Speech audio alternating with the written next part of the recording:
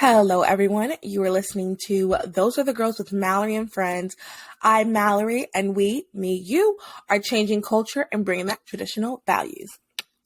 Hello, everybody. Welcome. Happy Saturday is when you're going to see this. I'm recording this actually Friday morning before I am going to, by the time you see this, you'll know. I had the pleasure to assist live action at their table at the Black Conservatives Gala this weekend. Friday, Saturday. And I'm very excited for that. So things just didn't work out to record during the week. And then, we always get an episode out every Saturday. So I'm recording Friday morning. As you can see, my hair is done and praying that it'll stay cute and curly like this for the rest of the day. The thing is, I don't know if any other, I don't know if other races have this problem, but as a Black woman, if I sweat too much, poof, it's bad. I'm going to have to. So last night, this is how much I care about my hair and appearance. Last night, I slept with my face down. Well, I tried to. Occasionally, as you can see, some of the curls kind of fell a little bit here. So occasionally I do like that. But my face is mainly down because I wanted to at least keep it as curly for as long as possible. And then when I literally woke up, got out of bed to record this real quick before I took my shower and all that stuff. When I take my shower, it's going to be cold. I'm not going to be hot. It's going to be cold, which also I hear is good for you. So that's positive. But yeah, this is what you got to do as a girl. Sometimes you just got to sacrifice. When she was doing my hair last night, it burned a little bit. And she was like, "Oh, I'm sorry. You're always so patient." And I'm like, yeah, I care about this. So, if I got tears running down my face, for black hair, for those that don't know, gets wet, curly, afro, bushy kind of, it's depending on your curl pattern, but mine's pretty bushy or whatever. So to get it like this, you have to comb it and then blow dry it, then straighten it, and then curl it. So sometimes at the comb / blow dry, it could be it can hurt a little.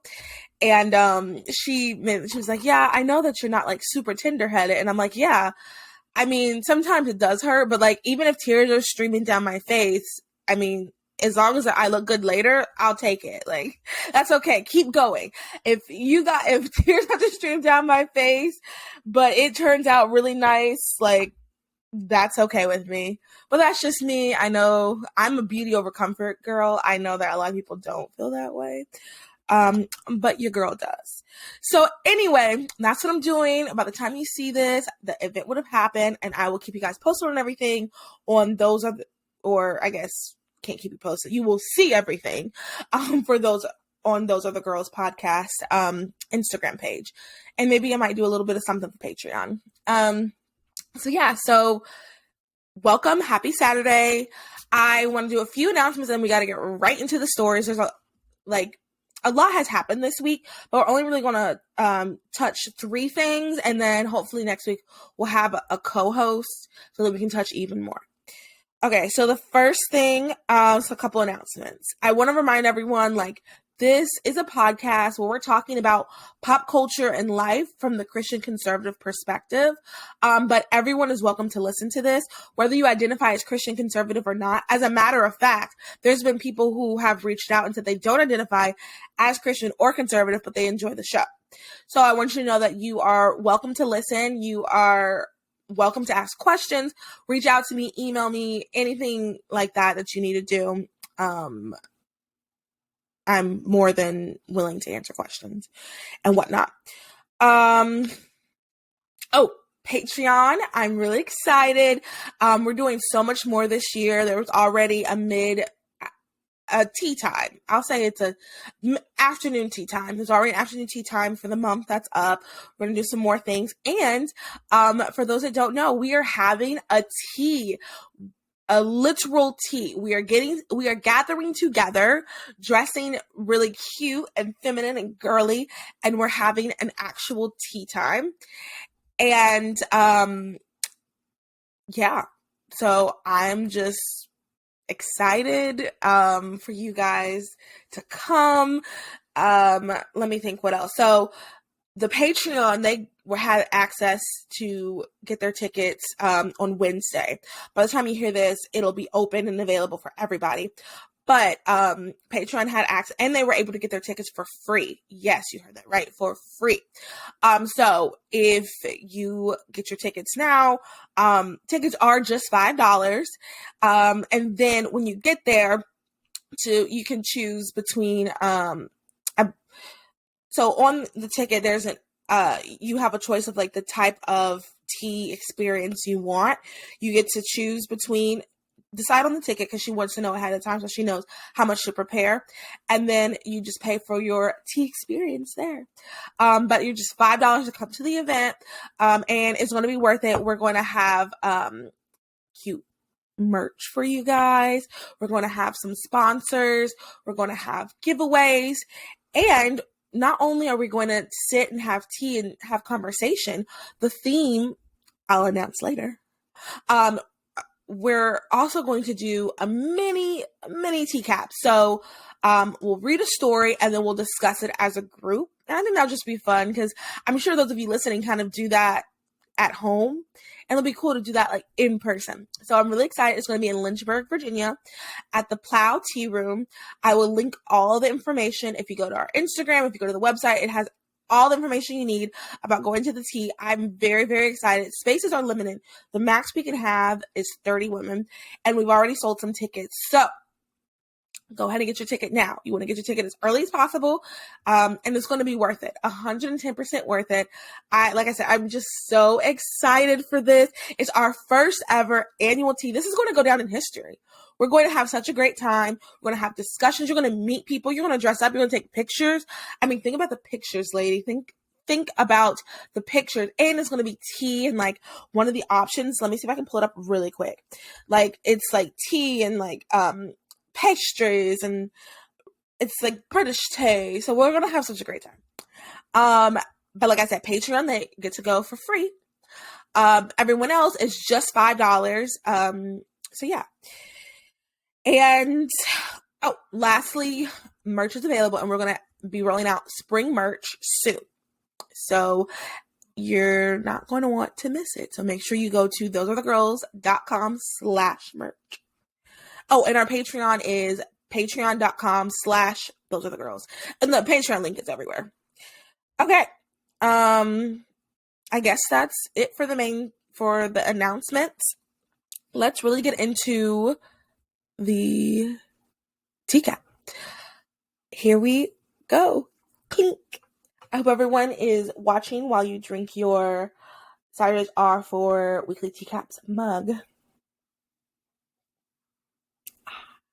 Okay, so this episode is brought to you by the sponsors. Those are the girls. Well, I mean, our merch store does sponsor it. The Pink Rose, Culture of Life 1972, Garnu, American Women Beauty, and Little Co. Living in the Light Co. They are some of the sponsors, and we have links everywhere to use their discount codes. We love all the owners and everything associated with these brands. So, first thing I want to talk about is Super Bowl. Super Bowl, as you guys know, I am a go sports girly. Could not care less about sports. Really could not care less about the Super Bowl. Let me tell you what I did. My friend had a Super Bowl party, went to his house, and stayed to watch Rihanna. And then I was like, I can't leave just yet. I mean, it was 30 minutes away. I'll say that too. Like, who wants to be, driving 30 minutes away at the very end of the game? So, and you don't have to work the next day. So the Super Bowl, so the halftime show happens. Okay, I'm gonna wait 10 minutes and then I'm gonna leave. I still waited 10 minutes because I'm like, oh, they're not gonna figure it out. I still waited 10 minutes and it was like, you're leaving now? I was like, yeah, I gotta get home. And like, because it's over, the halftime show is over. I was like, no, I genuinely care about this sport that has nothing to do with me. Yes. So that was funny that they picked up on that, but I just don't really care.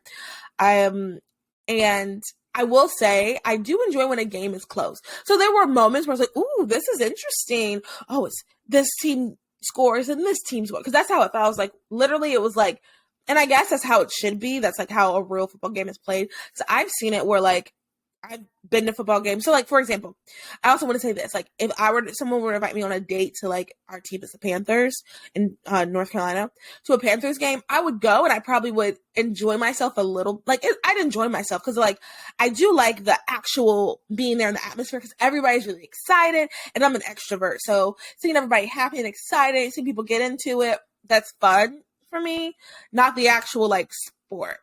And I found out that sometimes you can get 2 points. I thought it was either 6 or 1. So, no, 7 or 1. Is it 6? Anyway, I found out that sometimes you can get 2 points. So that was news for me. So anyway. So the actual game, so I've seen games where it's like one team has the ball and then they score. And then the other team has the ball and the other team gets the ball again and then they score. And then the other team gets the ball, then the other team gets the ball again and then they score. And like, that's kind of boring. But it really was one team had the ball and scored, the other team had the ball and scored. One team had the ball and scored, the other team had the ball and scored. Which I think is how it's supposed to be played.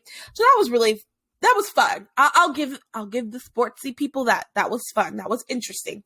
Also, obviously, I cared about the whole like brother and brother aspect. And the mom, she's so cute. She had the jersey with both and the shoes with both. I absolutely love that. I'm sure some brand gave that to her. Absolutely love that. That was so cute. And then the one guy, I was kind of hoping he would win because how cool would that be if his wife gave birth? Like, not on the field, but like, obviously, well, she had her OBGYN there. So, or her doula, whoever she had a medical person there in case she did give birth. So I'm sure they had like a medical area like there just in case. That would have been so cool if she had like, he had won. And then they said, I think his name is Jason, Mr. Kelsey. I know his last name is Kelsey.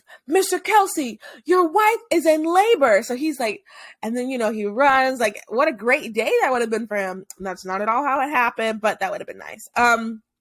So yeah, so that was Super Bowl. Commercials were okay. The He Gets Us campaign is getting a lot of discussion amongst the Christians. I don't necessarily have a strong opinion either way. I'll be honest. I think that it's great for us to talk about Christ and for us to get the message out. And I will say, I'm like, but it's important to also make sure we're talking about Jesus of the Bible. So I go back and forth. I don't know enough to give like my full-blown opinion. But there's been so many people who've done podcasts on it, some people who've written articles about it, so many discussions in like various Facebook groups I'm in.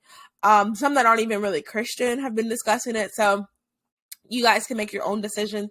Like I said, I'm not quite sure where I stand. And honestly, since we're on the topic of like not sure where I stand about Christian versus non-Christian, that's the same way I feel about The Chosen. I've heard a lot of compelling arguments about how The Chosen is just not biblical. It's not really good information. We shouldn't be sitting here promoting it. And I've also heard good arguments about like, well, it's getting people, like the goal is to get people to listen, or I'm sorry, the goal is to get people to read their Bibles and to be more interested in Jesus's life so that they can actually have a full-on conversion. And I've heard both sides and they both seem compelling. I just haven't decided to make up my mind yet on where I stand. And let's normalize that. You don't always have to have a strong opinion about everything. And I'll be honest, I used to think you did, and I used to do that. And I'm trying really hard not to be like that. I'm also trying really hard not to be one of those people that's like critical of everything. And I can feel myself becoming that. So I'm trying hard not to do that. But then there's sometimes I have to say something, like if, something happens or gets out, I gotta say something. But you don't have to every single time. So there was that commercial. I love the commercial with the Clues commercial. Honestly, these commercials did not hit like they did before. Also, too, I was at a Super Bowl party with a lot of guys, and they really didn't care about the commercials. So people were really using that time to chit chat, whereas like I was low key there for the concert and for that, but whatever. And then I'm trying to think if there were any other commercials that really stood out to me.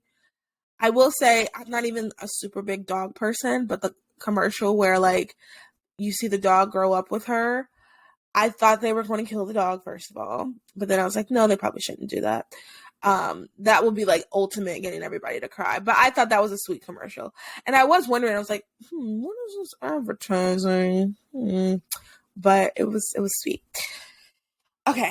Oh, the Rihanna concert, fantastic. I love that she kept her clothes on. And I mean, let's take 2 seconds to acknowledge she was pregnant.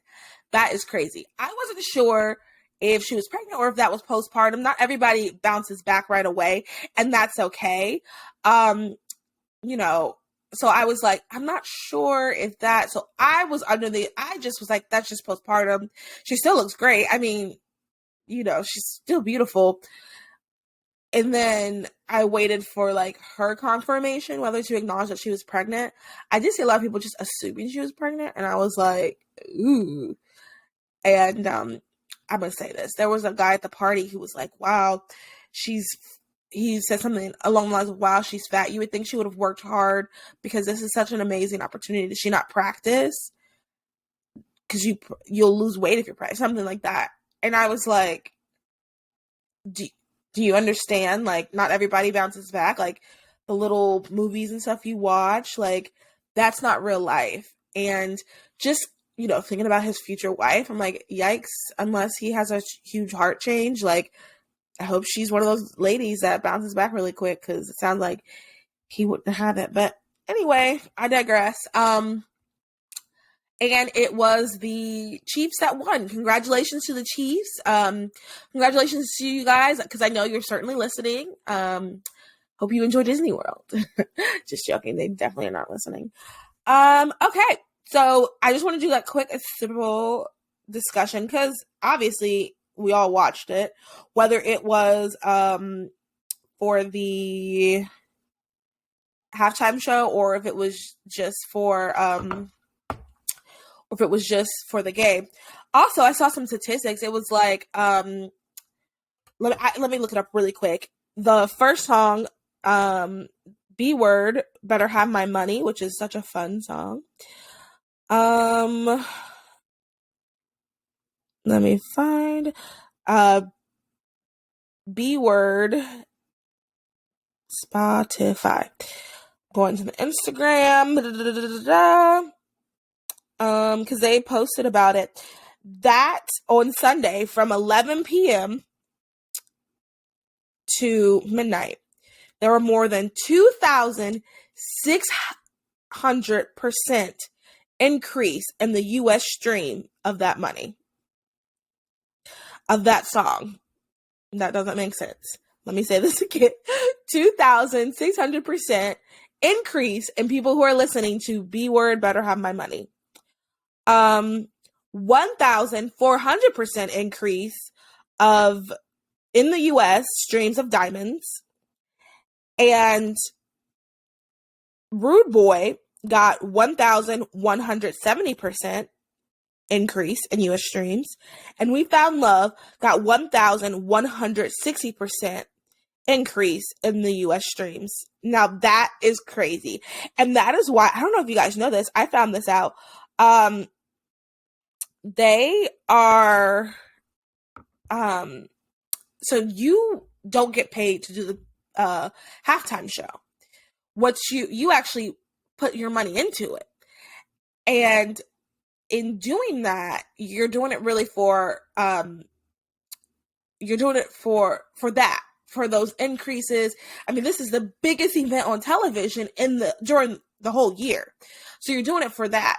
And I saw some people who were like, oh, see, people, Rihanna did that for free, but y'all won't post this thing for exposure, something like that. And it's like, not only is she already a billionaire, this is, I mean, the amount of exposure you would get on the Super Bowl is not even a quarter of what you could probably get from like posting a picture on Instagram. That's the weirdest equivalency people have ever made. So that's dumb. I just want to point that out. So if you've been saying that, I'm sorry, that's like not smart. That's not a good comparison. You could quite possibly be smart, but that statement is not. Okay, so that's that on that. I hope you guys enjoyed a little bit of information about the Super Bowl. Next article. This one is brought to you by Variety. Army Hammer. Oh, trigger warning. So this is going to be a little bit about sexual abuse. So if you do not want to listen to that, completely understandable. You can fast forward because the next episode is about sex, but not sexual abuse.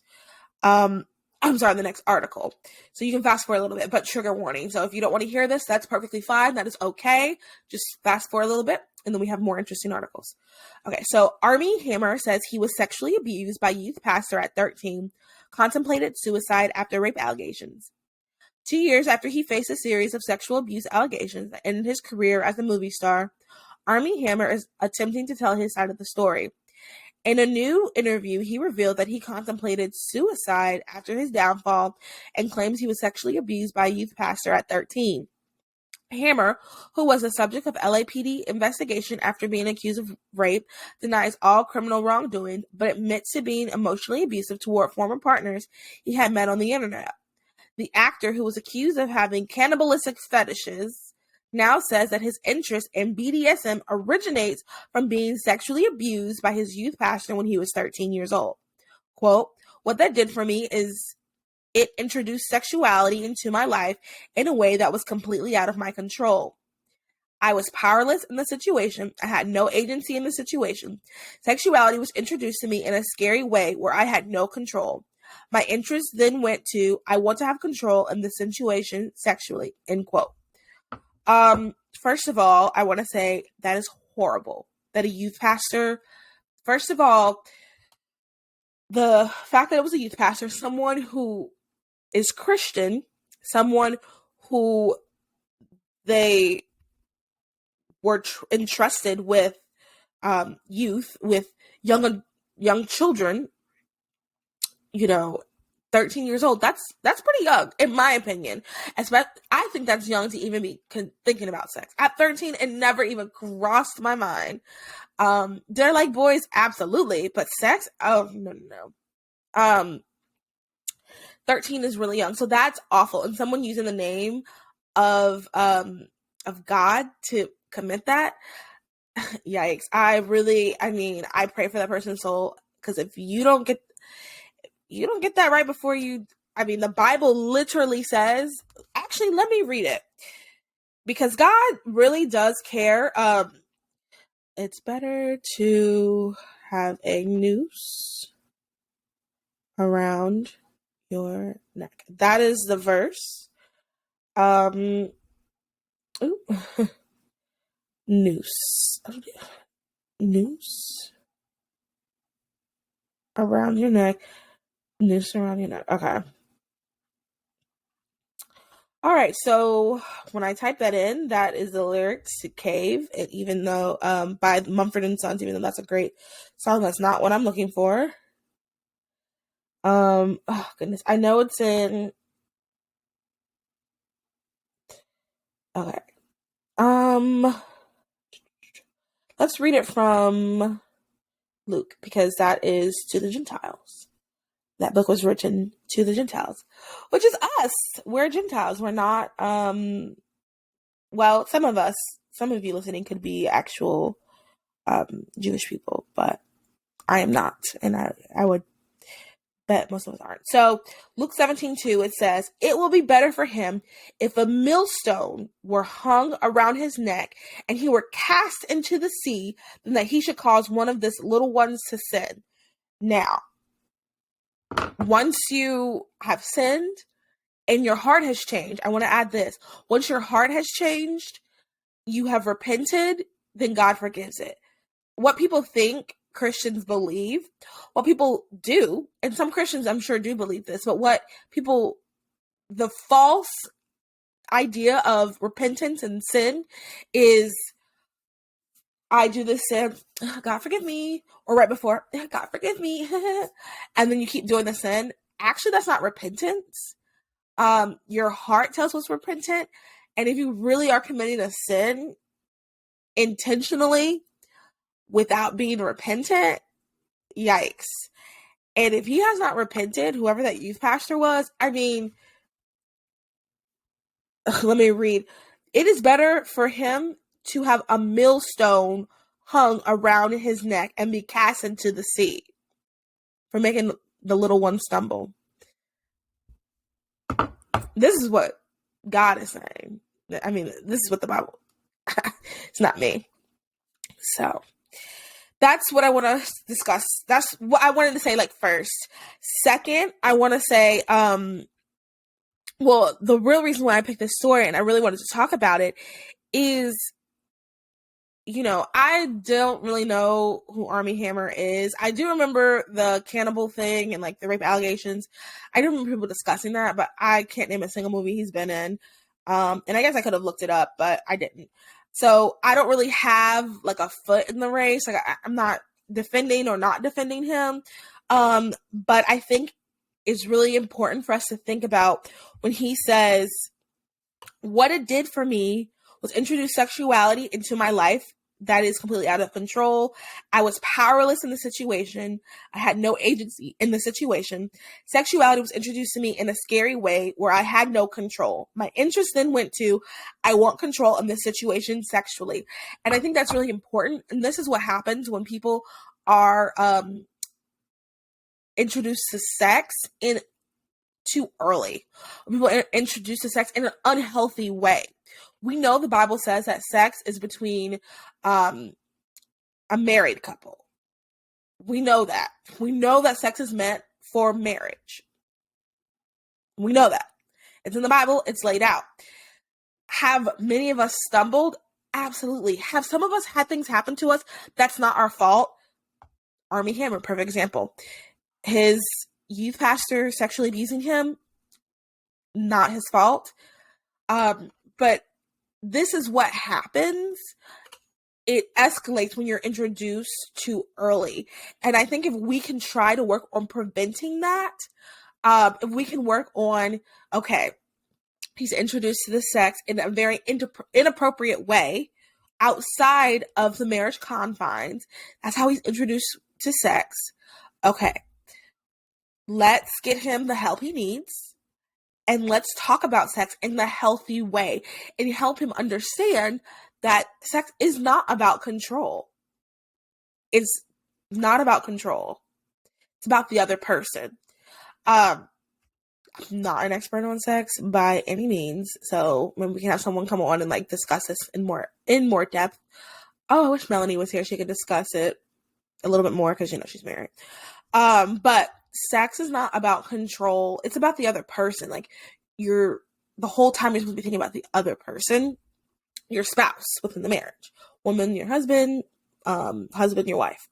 So that's what sex is. When you're introduced to it so early in such a terrible way, it does mess with your brain. And I think that's why we have so many issues in this generation of people who are, I mean, I was reading an article, and this was maybe like 2 or 3 years ago, and it was saying that like quote unquote vanilla sex, so just regular sex, is out. And what's called vanilla sex now is like tying your spouse up, like bondage. Like it just keeps escalating because sex is being introduced inappropriately. This is actually a good segue. If you haven't already listened to it, you should listen to the last episode with the last guest I have, because she is working on a curriculum. She already has a curriculum, and they're just working to improve it even more, about how to talk about sex and like these issues about suicide. Because think about, I mean, how all of this is connected, things like that, from a healthy Christian age appropriate way, because that's what's going to fix this. That's how we're going to get out of this. And I really want to share this story because I think that it makes complete and total sense, but we're not discussing that. We're just thinking, oh, this person has, and when I want to add, I'm not making excuses for his behavior. Once again, I don't really know much about that other than what's in the article, and what I've like heard through the grapevine. I'm not making excuses for his behavior. I'm giving it's a great explanation, because sometimes you want to know, like, why did X, Y, and Z happen? Is this explanation? When other people are abusive, when, things escalate in an inappropriate way, it can all go back to like how they were introduced to sex. And if you don't get that fixed, if you don't get that worked on, if you don't get someone who can help you work through that, it can be very detrimental to your mental health. I mean, you can end up hurting someone. Like, this is not a joke. You can hurt someone. So yeah. So for this, if you're listening, my question is, what do you think? How do you think we should introduce? No. Let me come back. Let me think about a question for this, because this is honestly just something that a more discussion, in the sense of like, I really wanted to talk, like, bring attention to this, bring awareness. Like, this is like, not the correct correlate, but this makes sense. This all tracks. You were abused inappropriately sexually at a young age, and it formed the way you consider sex. Now you're older, you have power, you are in control, you want to have control because you didn't have control before. This all tracks, and it's sad, and it's something that we need to fix. We need to be on top of this. I think, and listening, if you have kids that are young and you notice that they are all of a sudden sexually active, or it's going in that direction, I would seriously consider having a conversation about abuse, having a conversation about, like, how did this happen? Like, did you do this intention? Like, I think that's important. I think that's the truth. Because I think 13 is young, but I know statistically, I think they say it's as young as like 10 maybe, which is crazy to me. Crazy. Absolutely crazy. I think my first crush was when I was 10. Other than like a celebrity, but like my first crush, I think in real life, was like the 5th grade. I remember his name. I won't say it, but I remember him. Okay. Next thing. The next story is brought to you by American Woman Beauty. They have beauty products for the free thinking woman. You can join the beauty revolution. They were founded on the idea that all men, women, and children deserve high-quality beauty, grooming, and hygiene products that are made in the U.S. You can listen to episode 180, where I interview the founder.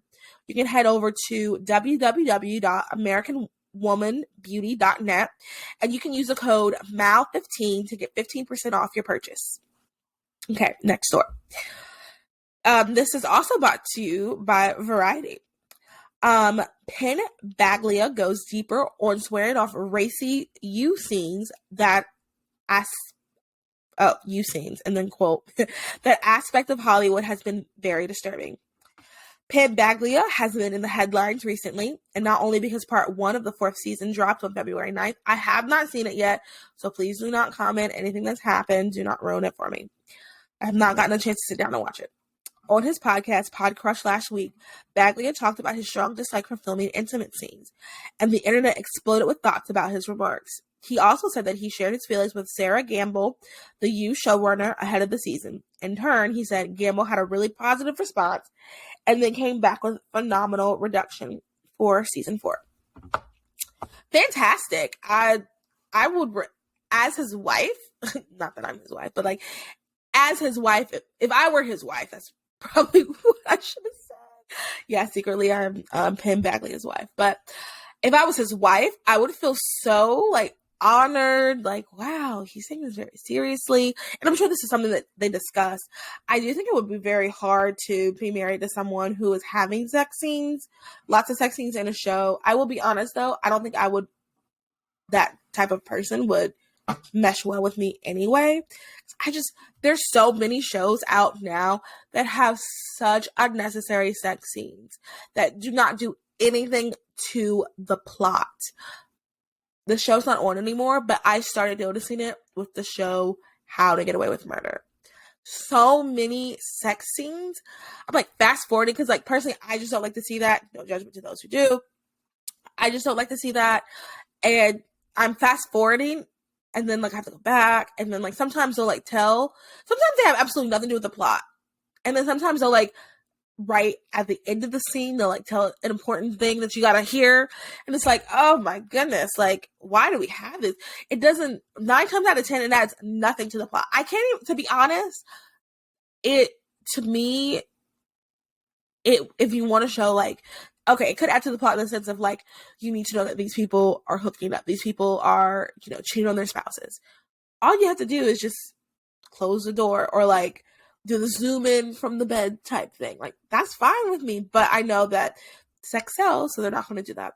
So I really respect him for saying something. And I think it's amazing the showrunner didn't go, you're fired. Like, the showrunner was like, okay, let's see what we can do. I think that's great. I hope this is like going to be a trend now. We're going to see less sex scenes in shows. For example, you guys know I've talked about this. I want to like Euphoria. I do. I like the vibe of the show. I don't know anyone who has struggled with drug addiction, so I would love to watch it depicted on a show. And people are saying it's fairly realistic. I would love to watch that. I can't do the sex scenes. I'm sorry. It's too many, and they're supposed to be in high school. It makes me very uncomfortable. Gives me the heebie-jeebies. I can't do it. There's other shows that like I have to fast forward, or like, you know, half the episode is this scene, but it's really good writing, which is why I really like, we gotta start having our own entertainment. And I don't mean movies about like, what is it? They've done like the Western movie, blah, boring. For me, if you like it, that's fine. For me, blah, boring. And then a movie about a school shooting, like, who thought of that? That was crazy. No, I'm not watching that. That happens, unfortunately, in real life. Movies are escapism. Like, why can't they just make, let me tell you, if I had the money, the time, and the energy, I would love to redo the bold type and make it less, like, I don't say less woke, because I'm kind of starting to like, hey, that's so woke. I'm starting to be annoyed with that. To make it more maybe relatable, because I think it's such a good show and I love the idea of it. Not more relatable. I mean, they did a decent job. What it was, they did have people with different ideologies, but, and I guess you got to do it for shows. But like, for example, like the Republican girl, there was the girl who liked shooting because she did skeet shooting in high school or something like that. They were such exaggerated characters that it just was like, oof. But I guess you kind of have to do that though. Realistically, you have to do that to keep the people coming back, to keep it funky and fresh. But no. So yeah, so I love that idea. Good for Pitt, good for the showrunner, good for us, the viewer. Cannot wait to see this new season. That makes me honestly more excited to see the new season. And good for the wife. I know she feels good. All right, last story. And it's a weird science one. And this one is brought to you by Garnu, a girls only organic tampon brand. Use the code OTHERGIRLS10 to get 10% off. Okay, this is brought to you by Women's Health, and I think I've heard people talk about this, but I think this is something that we should be discussing. Okay, Women's Health Mag. Suggestion to use brain stem dead women's bodies for surrogate pregnancies sparks huge backlash. Here is what has been going on with the discussion. Colombia's Medical Association has apologized after being accused of endorsing a controversial idea that the bodies of brain stem dead women could be used to carry surrogate pregnancies, reports the Telegraph. The Colombian Medical College published an article which focused on, the Colombian Medical College published an article which focused on a November 2022 paper from Norwegian philosophy professor Anna, I cannot pronounce her last name, and when she argues that using the uteruses of women who previously gave consent but are now clinically brain dead to carry surrogate pregnancies to full term, quote, deserves serious considerations, end quote, and might be thought of in the same way as organ donation. Where did this idea come from? Anna, who works for the University of Oslo, refers to this idea as, quote, whole body gestational donation, or WBGD, a concept first proposed by an Israeli researcher in 2000. In the abstract of her paper, which was published in the journal Theoretical Medicine and Bioethics, the journal Theoretical Medicine and Bioethics, Anna writes, quote, it seems plausible that some people will be prepared to consider donating their whole bodies for gestational purposes, just as some people donate parts of their bodies for organ donation. We already know that pregnancies can be successfully carried to term in brain-dead women.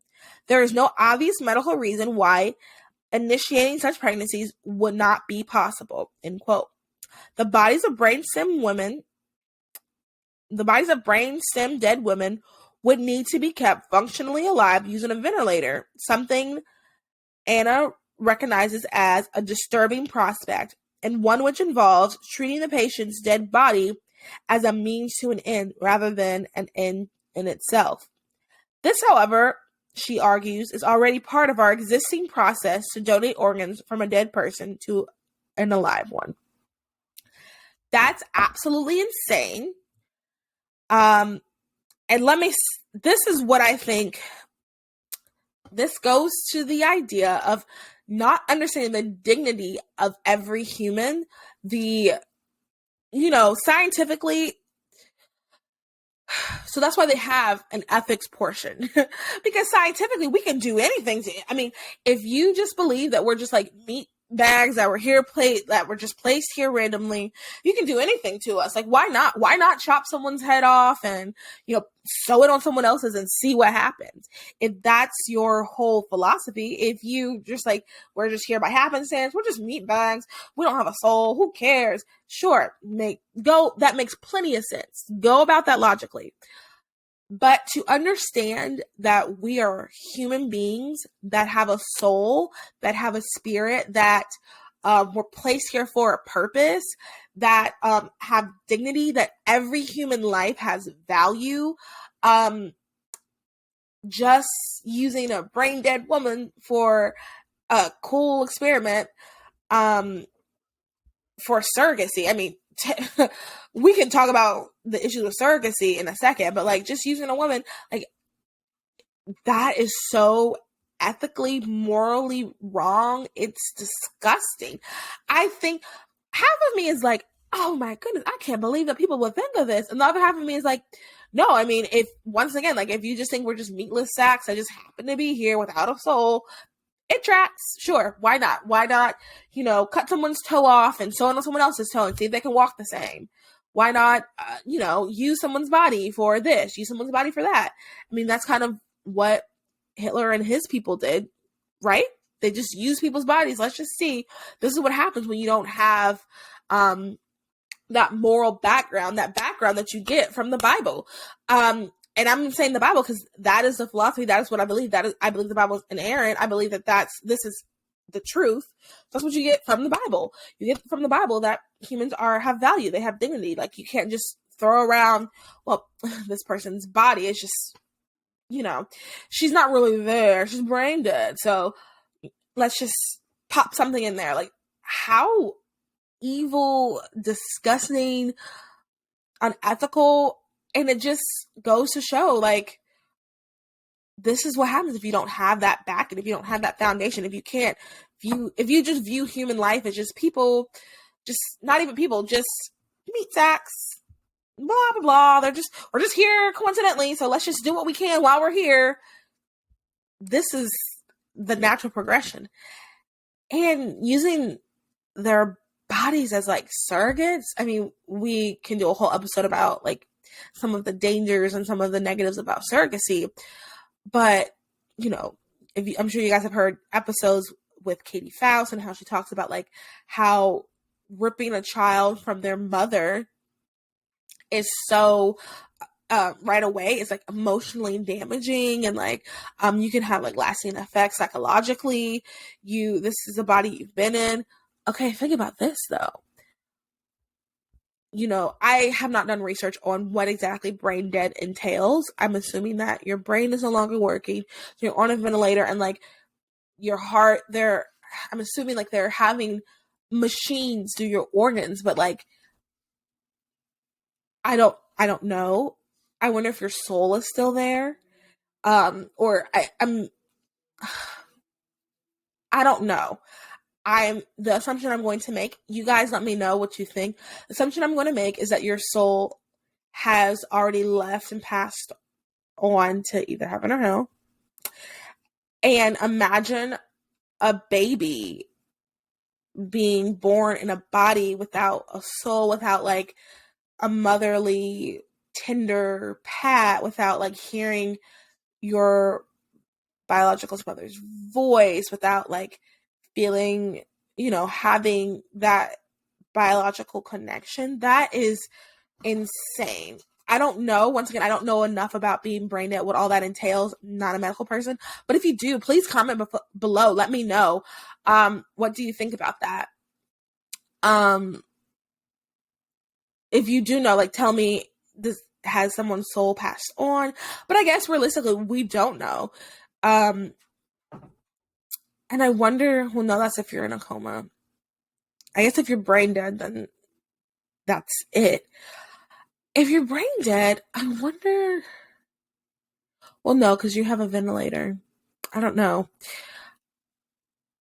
Anyway, you guys, that's crazy. And this, once again, goes back to the idea of like, it's so important for us.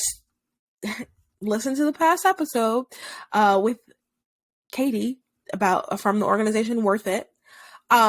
This goes to why every human is valuable, why we need to care about the dignity of all humans, which is why we have ethics, which I'm praying to God it doesn't get worse, but this is why all of this is so important. It's so crucial for us to be aware of that and for us to walk in that in our everyday life, for us to be able to care and show love to people in our everyday life in however way that is appropriate. I was going to give examples, can't think of an example right away, but in every way that is appropriate, giving love and care to someone, like showing people dignity. That is why the Bible is so essential. The Bible is such like, I'm putting up my phone like it's the Bible. I mean, there is the Bible on here, the Bible app. The Bible is so essential. I posted this on the Those Are the Girls page a couple days ago, by the time you hear this, about how the Bible can help against any human rights abuse. Without this radical idea that each human is valuable, that we're not just these things that can be used and like by all means necessary, by having that radical idea, we are able to treat people in a kind, ethical way. We are able to move forward. Okay, you know what? Maybe, actually, I can't think of a reason why. I was going to say maybe someone can't, get pregnant for whatever reason. I'm not going to get into that. But like, there's alternatives to trying to figure. Not even. This is just the thought that popped in my head. Do we even need to know this? Do we need to know if a baby can survive through a brain dead mother as a surrogate? What would be the purpose of knowing that? Do we need to know if someone's head sewed into another body, if it still works? What would be the purpose of knowing that? That doesn't help us. But we learn this. You're able to live this out with the backing of the Bible. So yeah, that's weird. You guys let me know. Do you think that this will be the question on the Spotify and the YouTube? Do you think that using brain dead women as surrogates is ethical? Is that a direction that, you know what? I think we can all say it's not ethical. But the question is using brain dead surrogates the direction we need to start moving in for women who are struggling getting pregnant? That's the question. And it's obviously not ethical. And honestly, it obviously goes against the moral backing of the Bible. But if you think that it's okay, I would love to hear your argument. Not even trying to be cheeky or silly or funny. I would love to hear like why you would think that's okay. So comment below. Answer this on the Spotify. Let me know. If you enjoyed this episode, please make sure you rate, subscribe, follow, comment, do all the things on whatever platform you're listening to, and most importantly, share with your friends. I think this is a fabulous episode to share if your friends are not very political, but they are Christian. Has a little bit of Christian ethics sprinkled in here. So yeah. Anything else? Any other announcement? I'm excited for you guys. I'm excited for you guys to join the tea party. I'm excited to see everyone. It's going to be April 15th from 2 to 4. I'll have it all linked and everything ready. You go to the website, theothergirls.com/events. It is the events we have coming up, and I'm just so excited for this to happen. I'm so excited to see you guys. I'm so excited to have all the surprises, and it's going to be great. It's going to be fabulous. Okay. You guys have a good rest of the day, night, evening, however, wherever you're listening.